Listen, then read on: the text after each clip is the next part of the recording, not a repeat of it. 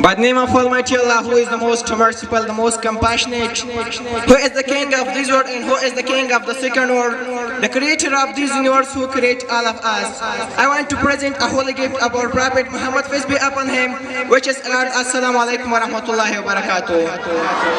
After that, by the permission of dear Director Muhammad Yaqub Haqqani and dear Principal, dear teachers, guest people, guest teachers and all my classmates, I want to present one topic in front of you which is about honesty. Honesty is a fundamental value that plays a crucial role in our life. It involves being truthful and transparent in our word and action. It is essential for building trust and relationships, both personal and professional. When we are honest, we can communicate openly and authentically, which foster deeper connection with each other. At its core, honesty means not just telling the truth, but also being truthful and straightforward. In principle, when we are honest with each other, we will share our true opinions. It might be uncomfortable, but this kind of openness helps to create a safe space where both parties can communicate freely. And professional setting, honesty is equally important. It establishes a culture of trust and accountability.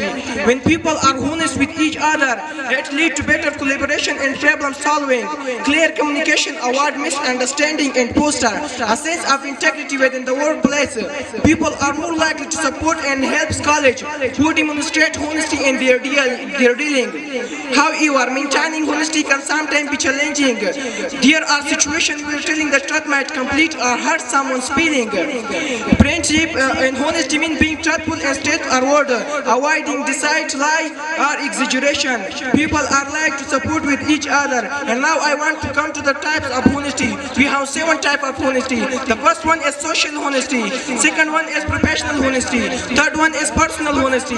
Fourth one is intellectual honesty. The fifth one is emotional honesty. Sixth one is civic honesty. And the end one is moral honesty.